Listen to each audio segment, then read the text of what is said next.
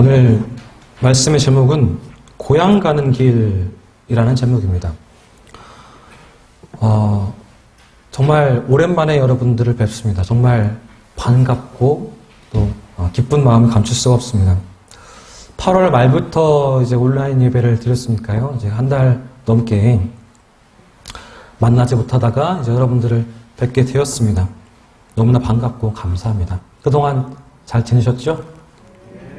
참 사람이 그리워지는 그런 시간이었습니다. 저는 계속 교회 집 그러면서 만날 사람들도 없고 그랬기 때문에 이 시간이 참 기대가 되는 시간이었습니다. 한 달을 못 봐도 사람이 이렇게 그리워지는데요. 여러분들 이제 더 그리운 사람들을 한번 생각을 해보시기 바랍니다. 10월 1일 추석을 앞두고 우리는 마음이 들뜨게 되어 있습니다. 사람에게는 귀소 본능이라는 것이 있어서 태어난 고향에 가고 싶어하는 마음들이 있기 때문입니다. 그래서 추석이나 설 명절이 되면 하던 일들을 멈추고 고향에 가서 부모, 형제, 친척들을 찾아서 만남을 가지고 즐거운 시간들을 보냅니다. 아무리 지금 사람들이, 현대인들이 개인주의적이다, 그렇게 혼자 살고 혼자 먹고 지내는 것이 익숙하다, 그렇다고 할지라도 고향을 찾아가고 혈육을 만나고 그들을 그리워하는 모습들은 참 아름다운 모습일 것이라고 다 동의하실 것입니다. 꿀벌이나 제비, 연어 이런 동물들도 태어난 곳으로 돌아가는 그런 귀소 본능이 있습니다. 이런 동물들은 아무리 멀리 떨어져 있다고 할지라도 어떤 어려움이 있다고 할지라도 자기들이 나고 자란 그런 고향으로 돌아갑니다. 그런데 이 귀소 본능은 훈련이나 학습되어진 것이 아니라 본능입니다. 이 귀소 본능은 하나님께서 특별히 주신 그런 특별한 본능인 것입니다. 이 귀소 본능이 우리 인간들에게도 있습니다. 그래서 사람들은 직장이나 학교나 사업이나 군생활 그런 것들로 인해서 고향을 떠났을 때 항상 그 고향을 그리워하면서 가고 싶어 하죠. 또 나이가 들면 들수록 고향을 더 그리워합니다. 명절 때가 되면 만사를 제쳐두고 고향을 찾아서 떠납니다. 코로나 때문에 사람들이 이제 움직이는 것을 꺼려하고 정부에서도 이제 움직이지 마십시오 그러지만 글쎄요. 이번 추석에 수십만 명, 수백만 명 고향을 찾아서 이제 움직이지 않을까 조심스럽게 예상을 해봅니다. 흔히 그러죠. 민족의 대이동이다. 이 고향 가는 길이 그렇게 쉽지 않음에도 불구하고 또 사정 때문에 고향을 가지 못할 때에 고향을 그리워하고 생각하는 이유가 무엇이겠습니까? 그 이유는 앞에서 말씀드린 것처럼 귀소 본능 때문입니다.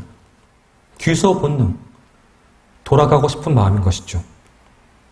그런데 우리가 기억해야 할 것이 하나 있습니다. 지금 이 세상의 고향은 우리의 영원한 고향이 아니라는 것입니다. 이 땅의 고향은 잠깐 머무르는 정류장과 같습니다. 우리에게는 영원한 고향이 있습니다. 본향이라고 하죠. 그리고 그 영원한 고향을 사모하면서 살아가야만 합니다. 그 영원한 고향이 어디겠습니까? 하늘나라지요.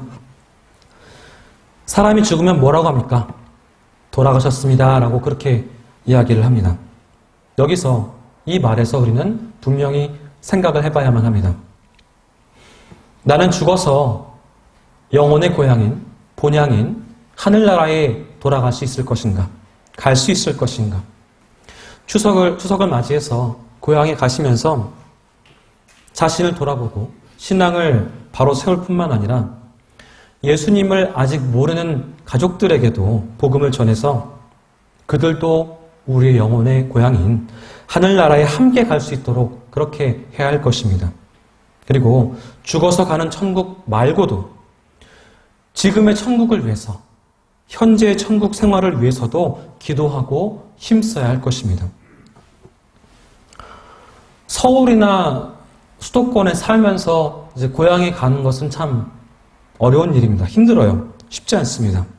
그런데 우리 교회 분들은 우리나라의 정중앙인 충주에 살고 계시기 때문에 그나마 그래도 좀 수월하신 편입니다.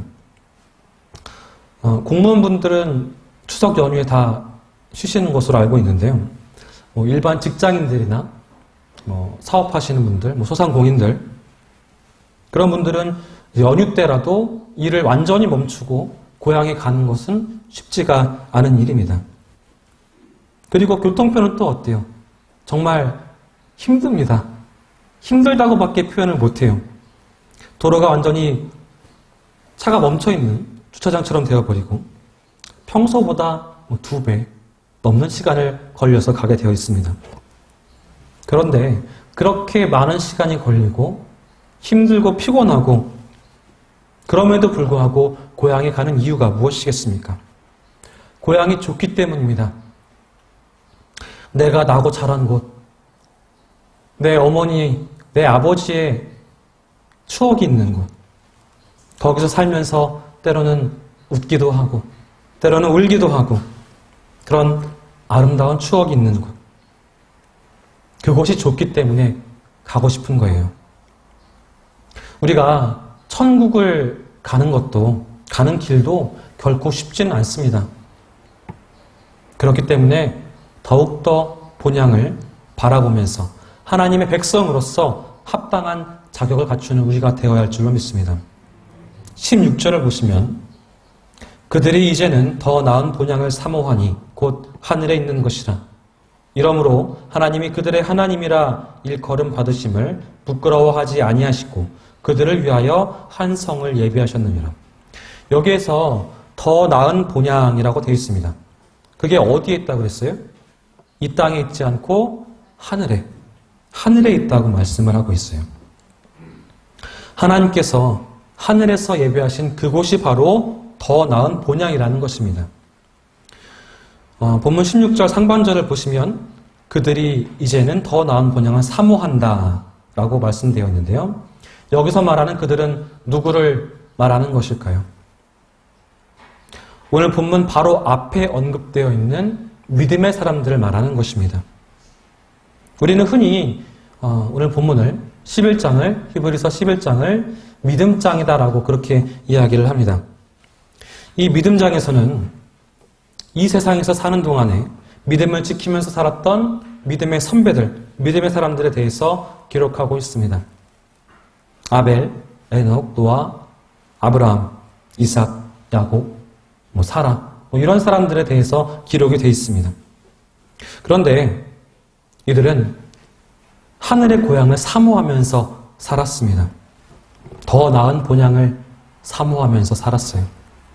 물론 그들에게도 육신의 고향이 있었지만 육적인 고향을 사모하기보다는 영적인 고향인 하늘나라를 사모하면서 살았습니다.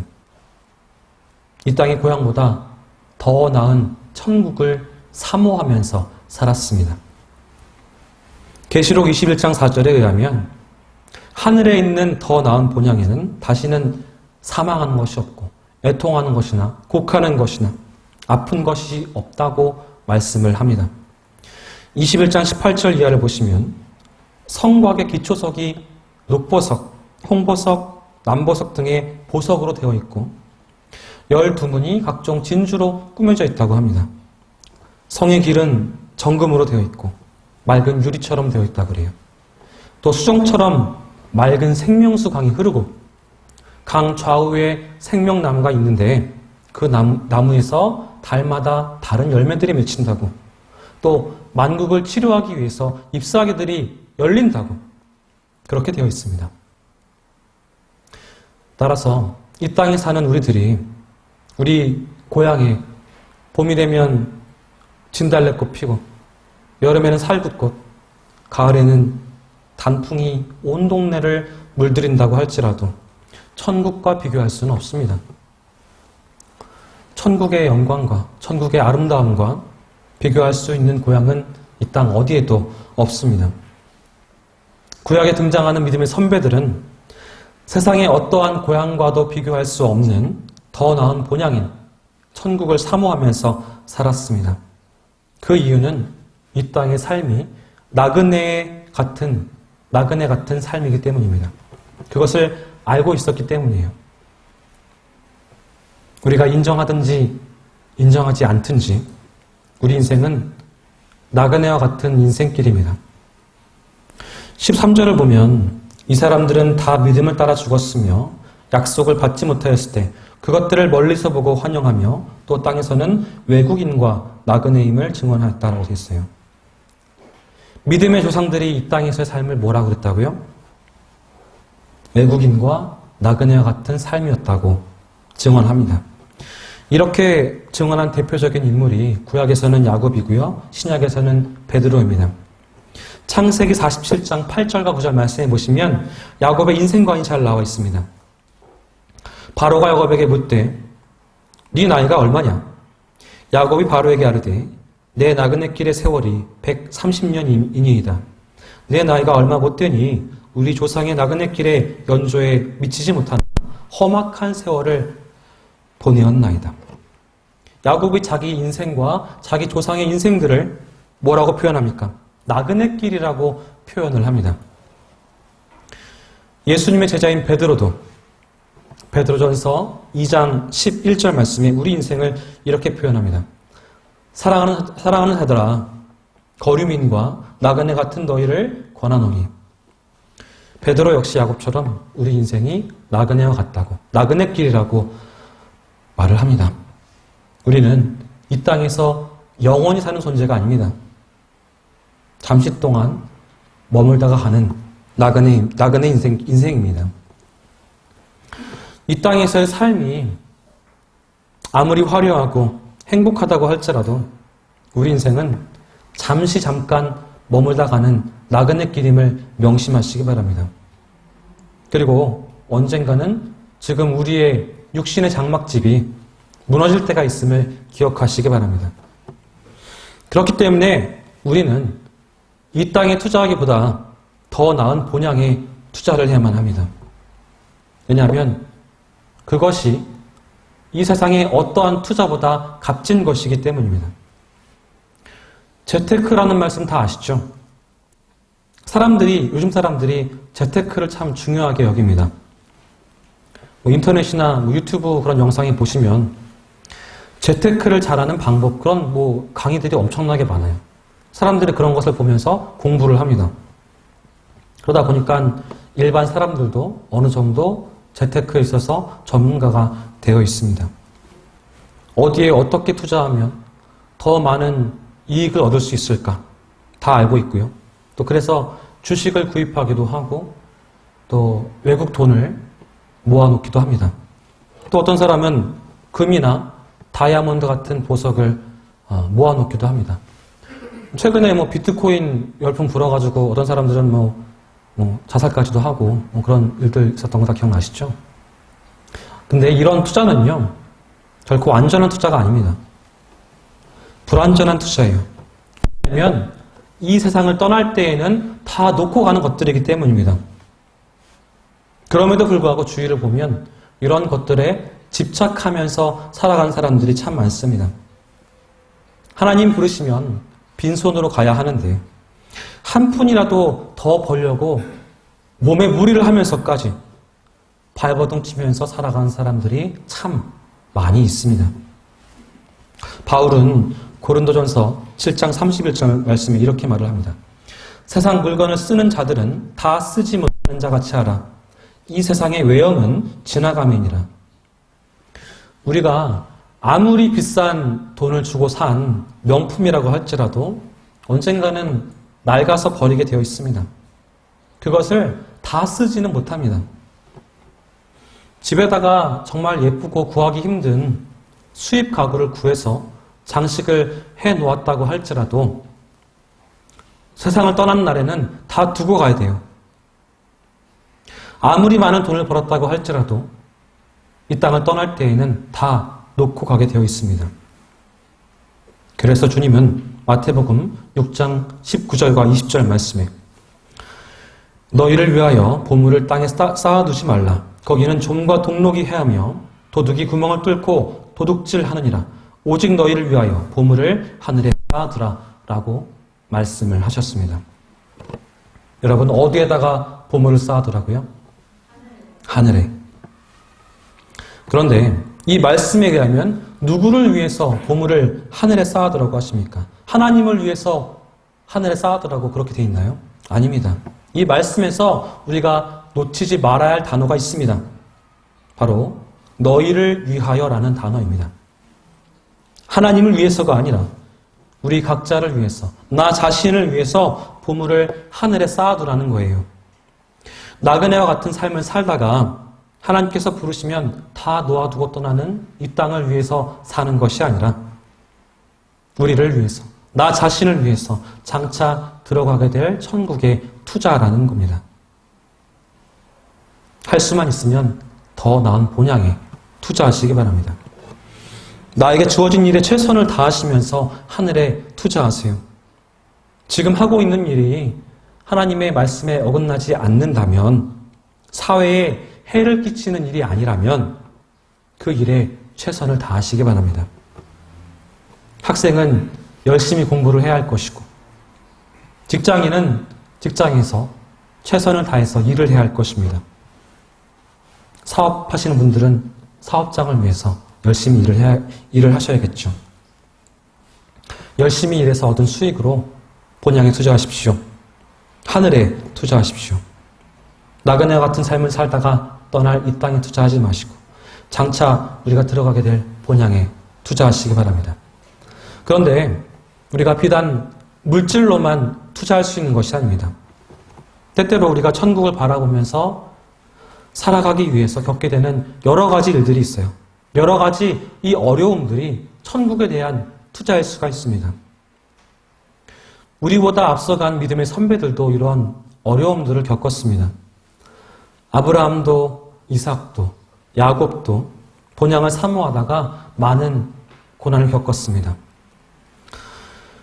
그래서 시브리서 11장 35절 이하를 보면 하늘에 있는 본향을 사모하면서 살다가 받았던, 믿음의 사람들이 받았던 고난에 대해서 이렇게 증거를 하죠.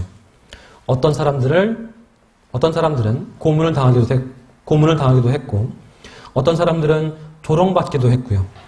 채찍으로 맞기도 하고, 심지어는 결박당하기도 하고, 감옥에 갇히기까지 하면서 고통을 당했습니다.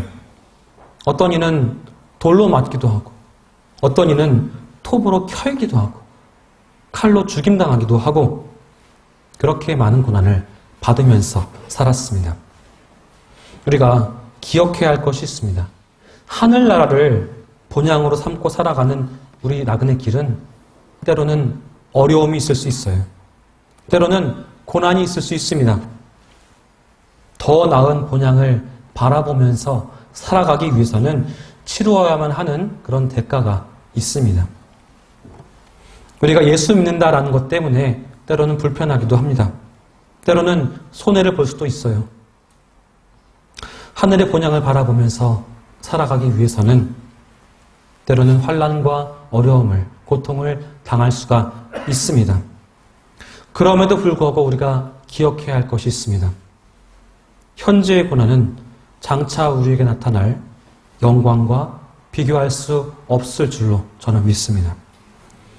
시편 84편 10절의 말씀처럼 주님의 궁정에서의 한 날이 다른 곳에서의 첫날보다 낫고, 악인의 장막에 사는 것보다 하나님 성전의 문지기로 사는 것이 나을 줄로 저는 믿습니다. 그렇기 때문에 할 수만 있으면 천국을 바라보시고 그곳에 투자하십시오. 더 나아가서 천국을 유업으로 상속받기 위해서 어떤 환난이나 핍박이 와도 타협하거나 양보하지 않고 믿음을 지킴으로 인해서 가장 값진 투자를 하는 저와 여러분 되시기를 소망합니다. 여러분, 돌아갈 육신의 고향이 없는 사람은 참 불쌍합니다.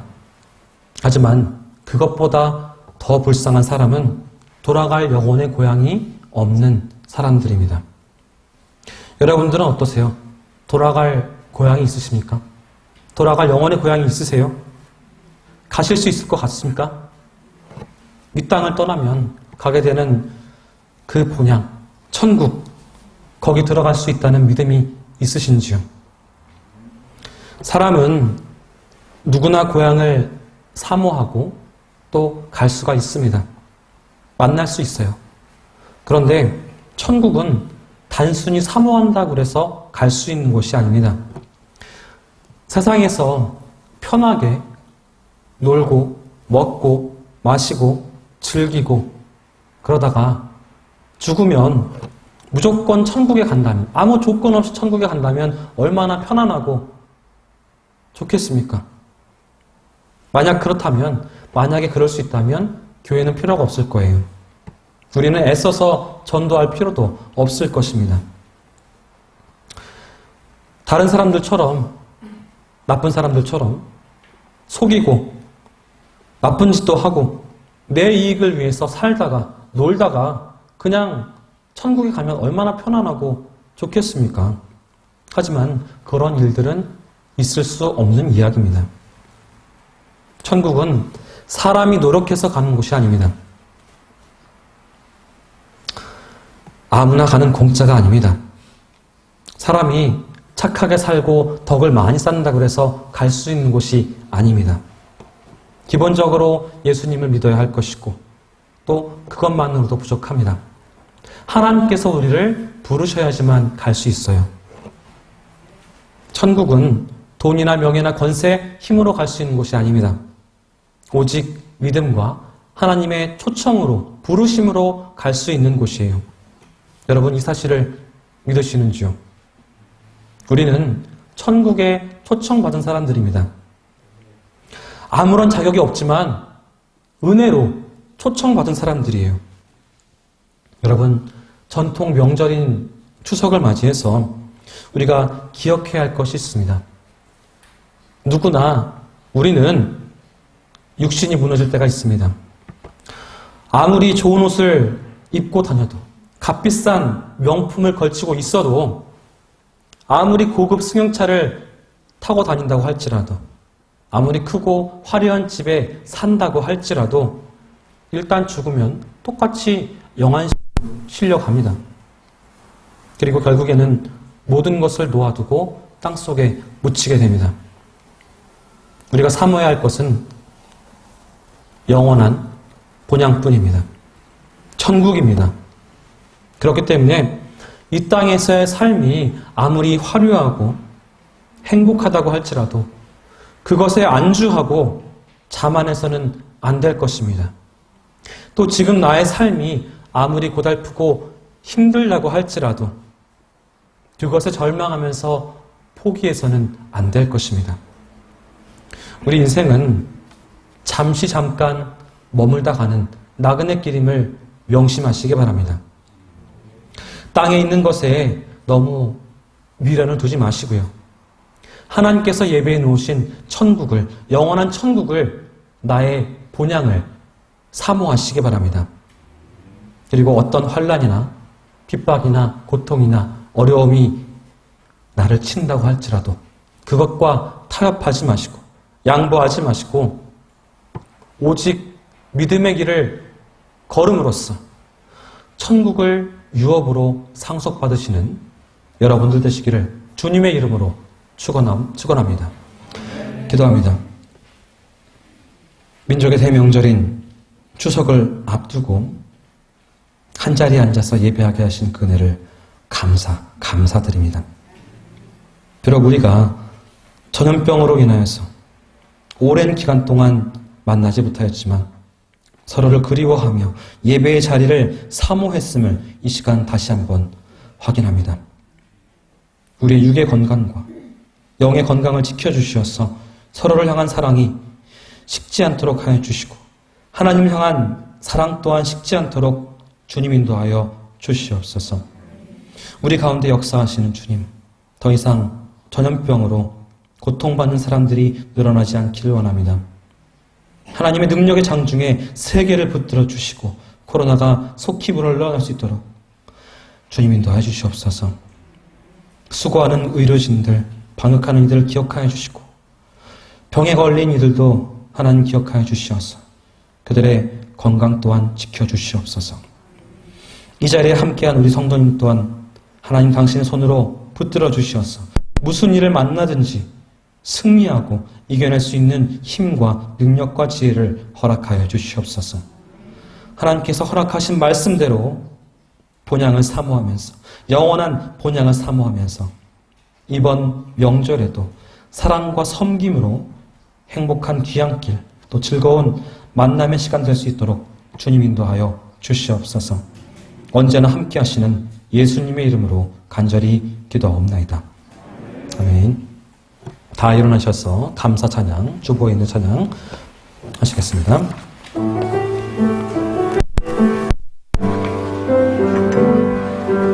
아버지 사랑 내가 노래해,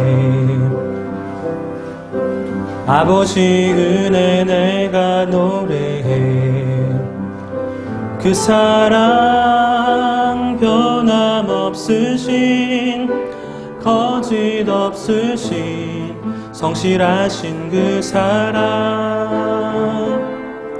상한 갈 때 꺾지 않으시는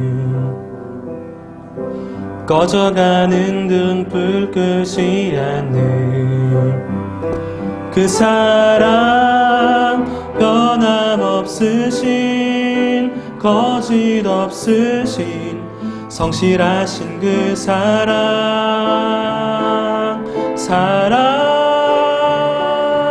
그 사랑, 날 위해 죽으신, 날 위해 다시 사신 예수 그리스도, 다시 오실 그 사랑, 죽음도 생명도 천사도 하늘의 어떤 권세도 끊을 수 없는 영원한 그 사랑의 그 사랑, 그 사랑, 날 위해 죽으신, 날 위해 다시 사신 예수 그리스도, 다시 오실 그 사랑, 죽음도 생명도 천사도 하늘의 어떤 권세도 끊을 수 없는 영원한 그 사랑 예수.